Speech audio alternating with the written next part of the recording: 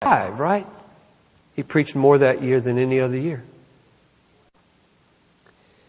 And lest we think he neglected his children, which would be an easy thing to draw, on those Sunday afternoons, for example, after he had often preached twice, once at 5 a.m. and once at 10, he led his family in afternoon devotions, which for them was 1 hour, and it was another sermon, and it was just not for the kids, but for everybody who was in the house. And you know his house was always full of visitors. You learn that from the table talk. So Luther knew, this is the second thing that unites us, Luther knew the pressures of being a public man, pressured, and a family man. Here's the third thing. He was a churchman. He was not an ivory tower theological scholar. He was in on and led most of the controversies of his day in those conferences. There was the Heidelberg Disputation. There was the Leipzig Disputation with Eck and Karlstadt. There was the Diet of Worms with the Emperor. There was the Marburg Colloquy with Zwingli. There was the Diet of Augsburg, which produced that great document. One after the other, everybody in the Northern Europe was looking to him as the lightning rod for getting these things worked out. Besides that, there was a stream of publications that all related to the church. In 1520, he wrote 133 published works. In 1522, 130. In 1523, 183. Compute. One every other day. He's preaching hundreds of times a year. He's lecturing every day at the university. He has 6 kids. And he writes a publishable document every other day. Besides that, everybody flocked to him, besieging his door hourly. Trooped citizens, doctors, princes, diplomatic enigmas were to be solved. Knotty theological points were to be settled. The ethics of social life were to be laid down. Now, let me give you an illustration here, because if you're like me, you tend to resent interruptions when you want to study. And you tend to excuse yourself for not being more productive because there are many pressures in your life. And there are people to be visited and counseling sessions to be had and family matters to be tended to and broken cars to be fixed. And while they didn't have broken cars to fix, they had broken bodies that nobody could figure out. Nobody could fix his constipation. I mean, this was a horrible thing that he had to deal with. I'll come back to that later. I got things to say about his physical condition.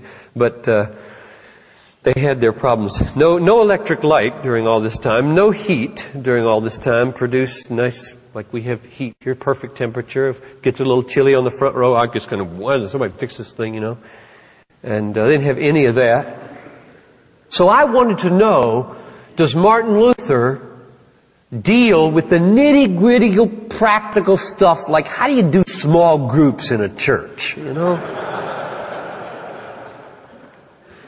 Well, here's what I found out. When the Reformation got underway and the fabric was rent for how you do church, who's going to reinvent church? Who's going to answer the hundreds of questions? What do we do now that the Rome is not our guide and mother anymore? Well, where did they look? They looked to poor Martin, the university professor who's preaching 200 times a year, to answer every practical question. So here's what he suggests. He goes to the state officials in Saxony and he goes to the university and says, let's have visitors. Capital V. Send the visitors through all the parishes to take stock of how the parishes are going and make suggestions for how to do church. He didn't use that term, but that's what he was doing. And they say, well, what are we going to tell them? He said, I'll write you something. So he writes this thing called Instructions for the Visitors of Parish Pastors in Electoral Saxony. If you want to read nitty-gritty stuff in Martin Luther, get that little work in the collected works. For example, among all the things he dealt with, he has a section in there called the education of younger children.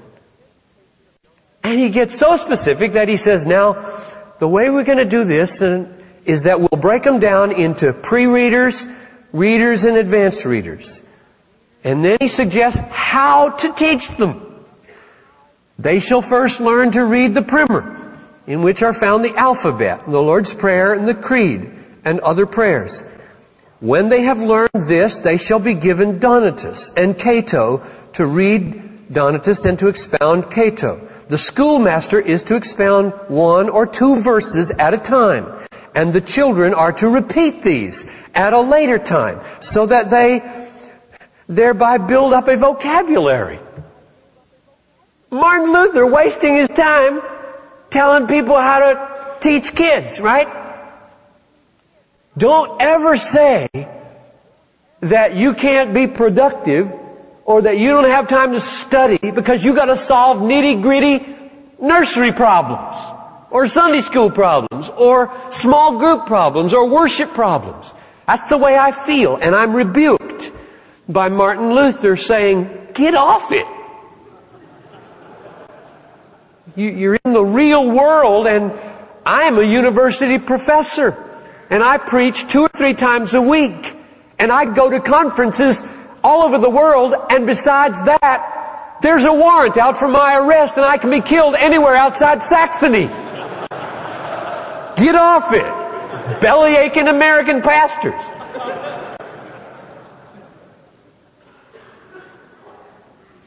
So, my conclusion is, let us listen to this man. All that's introduction, believe it or not. What difference the book made in his study. Now, here's the key, I think. The importance of study was so interwoven for Luther with the discovery of the gospel, the precious, conscience-relieving gospel. It was so interwoven, how he made his discovery, that he could never be anything but passionate about the importance of study. He couldn't. Just given his history and his own personal life, study was never anything less than utterly crucial, life-giving, history-shaping stuff that we are called to do. And I wonder today, this is an exhortation, whether we take so much for granted about the truth and about the Word that we can hardly imagine what it cost Luther to break through to the truth and to sustain access to the truth. We really need to ask, brothers, we need to ask whether all the ground gained by Luther and the other reformers may be lost if we lose a passion for study while assuming that truth just remains obvious. Now, to see this intertwining of study and gospel discovery, let's go back to his discovery. Let me read it to you. You've read this, but I want to read it again. This is this moment in his life, which he dates in 1518 during his Psalm lectures when he found the gospel and walked through gates into paradise. The historical implications of this moment for our lives, for this church and all your churches, is just incalculable. Now, listen as I read this. This is about a page and a half. Listen as I read this for about 6 places. I'll point them out when I'm done. But you listen. 6 places where study was the issue in the discovery. I had indeed been captivated with an extraordinary ardor for understanding Paul in the epistle to the Romans. But up till then, it was a single word in chapter 1, verse 17, in it the righteousness of God is revealed, that had stood in my way. For I hated that word, righteousness of God, which according to the use and custom of all the teachers I had been taught to understand philosophically regarding the formal or active righteousness, as they called it, with which God is righteous and punishes the unrighteous sinner. Thus I raged